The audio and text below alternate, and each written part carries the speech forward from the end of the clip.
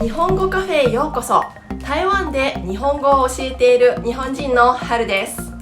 今日は私と夫、つまり日本人夫婦の何気ない会話の風景を見てもらって、皆さんにだいたい何%ぐらい聞き取れるか挑戦していただきたいと思います。一日の活動を終えて、今から家でゆっくり晩酌をします。最初は字幕なしで、2回目は字幕付きで見ていただきます。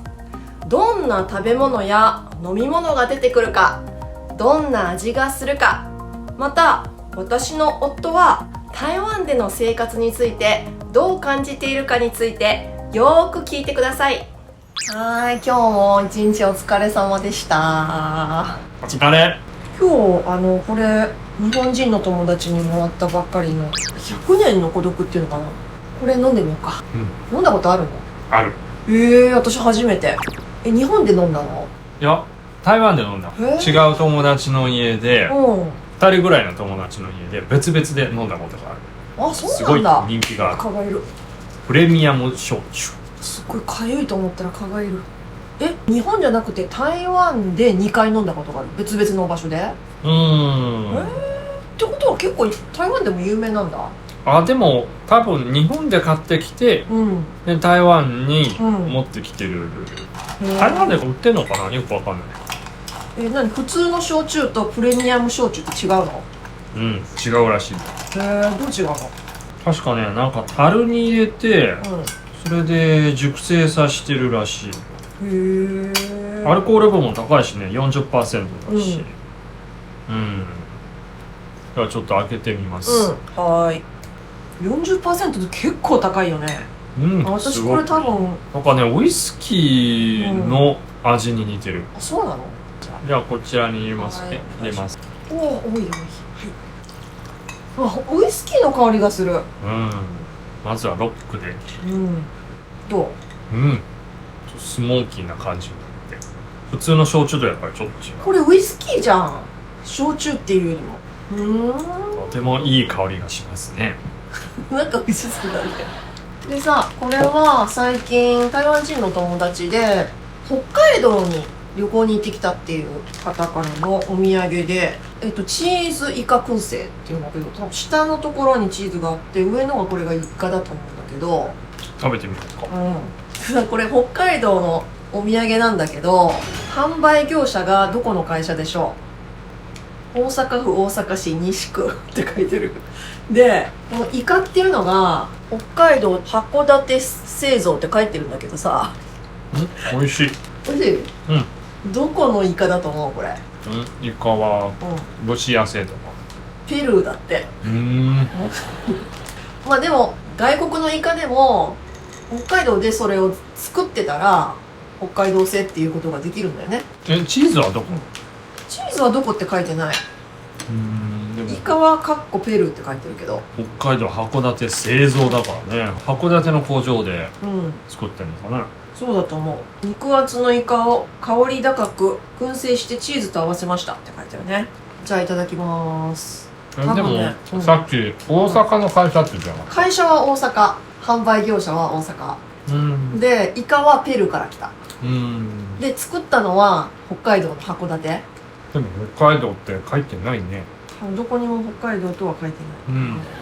わあ、ほんとなんかイカの香りと、燻製だからさ、スモークチーズの香りがするね。すっごいいい香り。これ噛めば噛むほど美味しいやつだね。ところでさ、こないださ、なんで台湾には日本酒がたくさん売られているのに日本の焼酎はあんまり見ないのかなっていう話してたじゃない。それで後で調べたんだけど、酒税と関係あるかも。つまり、焼酎の方が高いからあんまり入ってこないってこと？なんかね、日本から台湾に焼酎を輸入するのにどれぐらい、何%ぐらい酒税がいると思う？酒税20% ぐらい。なんと 40%。高いな。それは関税も？ちょっとどういう税なのか、何税なのかよくわかんないけど、とにかく税金が 40% かかるって書いてて、でお酒はつまり日本酒は 20%。もう半分。うん。でもね、ちょっと前まで、焼酎も日本酒も両方 40% だったんだって。へー。だけど2020年、うん、ほんの3年前うん。に、日本酒だけ 40% から 20% になるほど。引き下げられたんだ。だって。だから日本酒の方が今は輸入しやすいらしいんだけど、うん、でも多分これあんまり理由になってないよね。だってさ、2020年ってつい最近じゃん。うん。2020年より前から日本酒は結構台湾で有名だったし、実際私の教えてる生徒さんとかで利き酒師とかそういう資格持ってる人がいるんよ。へえ、すごいね。うん。台湾には利き酒師の資格持ってる人結構いるらしくて、うん。だから日本酒は人気があるってことだよね。もう最近展覧会とかに行くと、日本酒の会社がよく来てるから、やっぱり日本酒増えてるのかもしれないよ。うん。もう私たちも台湾に来て何年だ？10何年じゃん。16年だね。16年。結婚してもっとだからさ、年齢がバレちゃうけど、なんかでもね、日本から台湾に来た人って、日本人で、だいたい台湾の交通とかを見て、怖っって言う人が多いんだけど、君はさ、もう台湾に来た時からすごく気に入ってたよね。台湾の交通すごくいいとか言ってたけど、あれどういうこと？台湾の交通ルールはそんなに厳しくないからね。とてもいいと思うよ。だってバイクだって50キロ60キロで走っても大丈夫だしね。交通ルールでは一応決まってるんだろうけど、いや50キロは出していい。50キロ出していいの？来たばっかりの頃 50cc 乗ってたけど、50cc で50キロ60キロでも大丈夫。日本だと30キロしかないでしょ。日本の30キロっていうのがおかしいんだよね。ちょっとそんな30キロってめちゃめちゃ遅いよ。逆になんか運転しながらグラグラしちゃうような感じ。いやそこまでいかないでしょ。結構台湾の交通大好きって言ってたじゃん。あれどういうこと？いやなんかね、僕がバイクに乗ってると、なんかこううまく溶け込めるというか、ちょうど水族館の魚のような感じで、どれだけ交通渋滞の時でもね、なんか危ないとかぶつかりそうになるってことはもうないんだよ。もうなんかみんながこう本当に10センチあるかなないかなぐらいでもね、車にもぶつからないしバイクにもぶつからないし、いやあのテクニックの中に自分も入り込めたかと思うとすごく興奮を覚えるよね。そうなんだ。多分日本人は権利っていうのを主張しすぎる。なんかそのルールでさ、こっちが優先って決まってたらもう何が何でもこっちが優先で、信号無視とかする人のこと絶対許さないみたいなとこあるじゃん。でもなんか台湾は状況を見て判断するみたいなところがあるよね。だってそれはね、誰だって事故に遭いたくないから、青になっても市民ダーダーとかだったら突っ込んでくるっていうか、青になっても10秒ぐらい待たないといけないけどね、そんなんで怒る人はいないと思うよ。日本人だったらいやもう青だからお前待っとけみたいな感じで、ね、それでぶつかったりとか喧嘩になったりするけど、台湾はそういうことはない。それが素晴らしいと僕は常々思ってます。まあ多分台湾の方たちの方が合理的っていうか、状況によってなんていうのかな、臨機応変にね。あ、そうそれ、臨機応変、臨法变通っていう言葉が先に出てきて、臨機応変っていう言葉が出てこなかった。なるほど。もう台湾人だね。これこういうピザなんだけど、こんなピザなんだけど、コスコで買ったんでしょ。そう、これねミニピザって書いてて、普通さミニピザって聞いたら普通のサイズがこれぐらいだとしたら、ミニって言ったらまあこれぐらいかなと思うじゃない。そしたら本当の一口サイズ、一口ピザって感じだね。そう、もうミニっていうよりミニだね。ミニピザって感じ。あ、くっついちゃった。こんなちっちゃいピザです。食べてみます。味はめちゃくちゃ美味しい。なんかちっちゃいっていうのはたまに傷だけどさ、やっぱりでも40度、アルコール度数40度あるだけあって、まだ1杯しか飲んでないけど結構赤くなってきたね。そんなことないよ君の前だからさはい、今日も一日お疲れ様でした。お疲れ。今日これ日本人の友達にもらったばっかりの100年の孤独っていうのかな。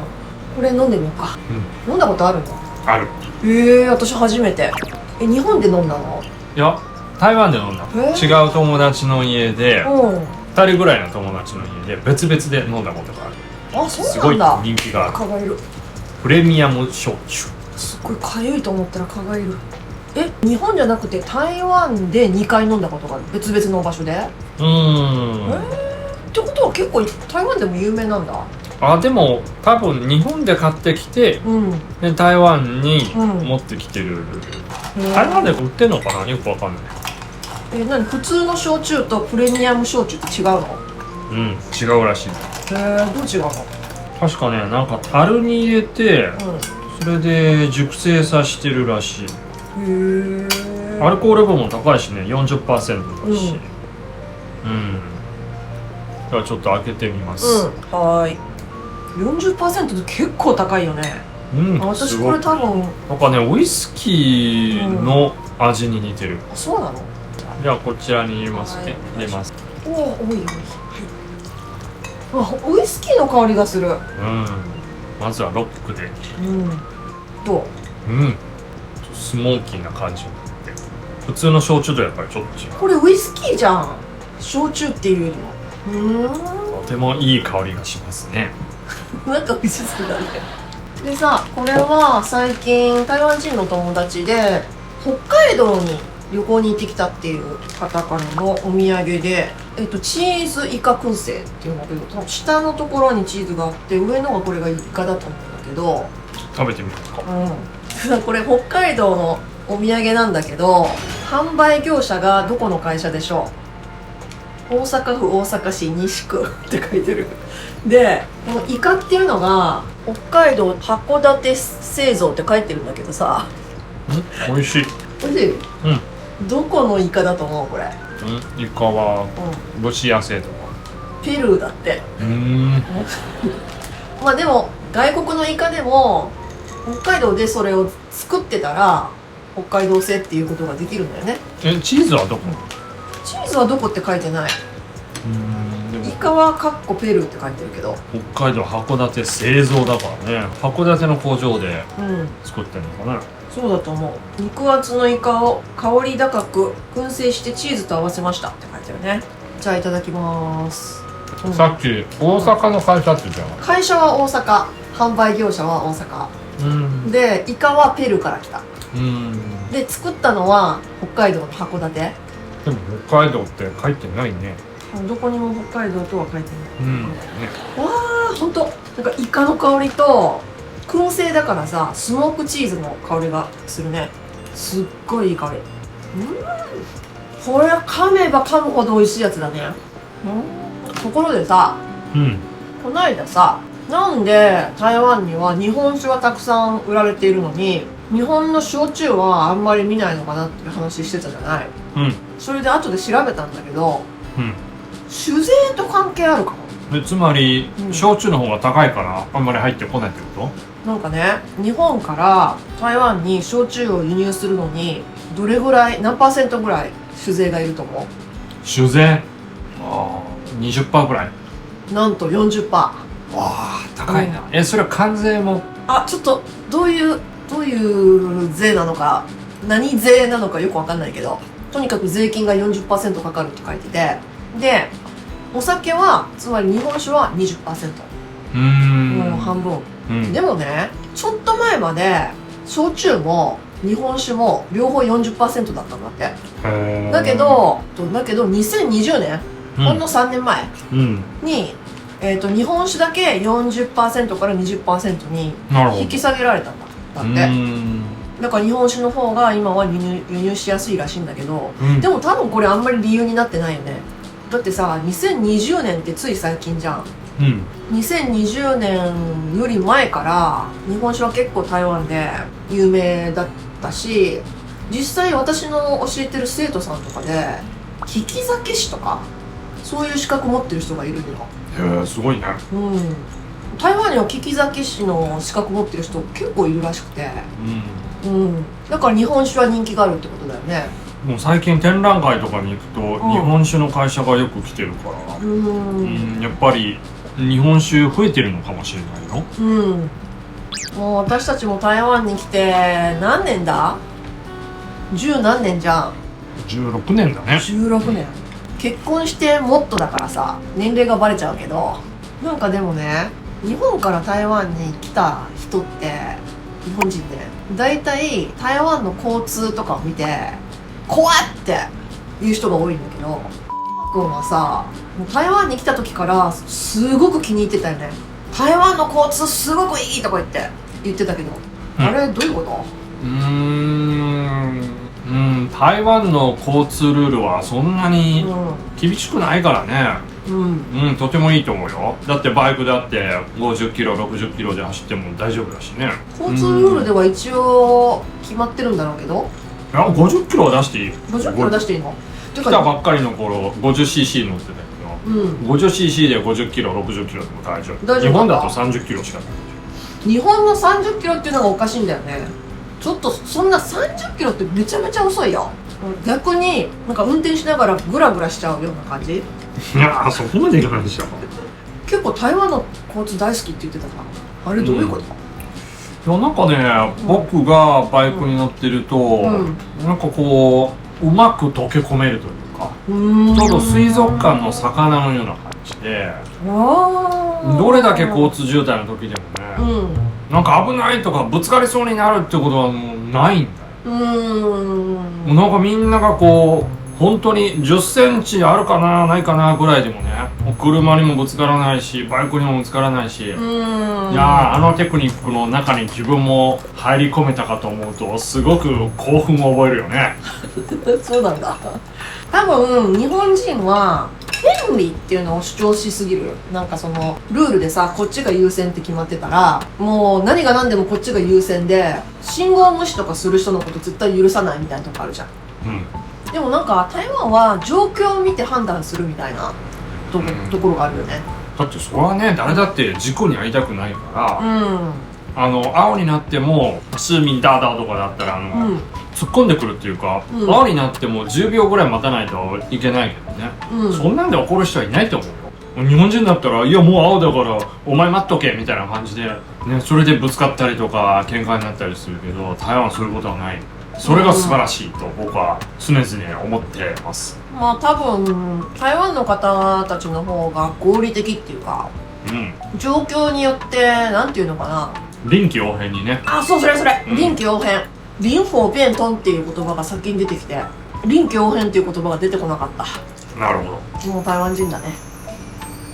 これこういうピザなんだけど、こんなピザなんだけど、コスコで買ったんでしょ。そう、これねミニピザって書いてて、普通さミニピザって聞いたら普通のサイズがこれぐらいだとしたら、ミニって言ったらまあこれぐらいかなって思うじゃない。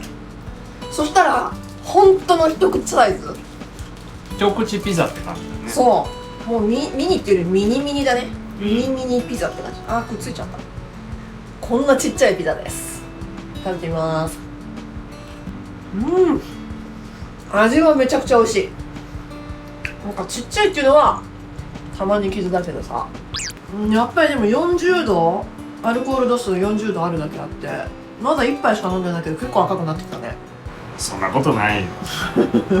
君の前だからさ。は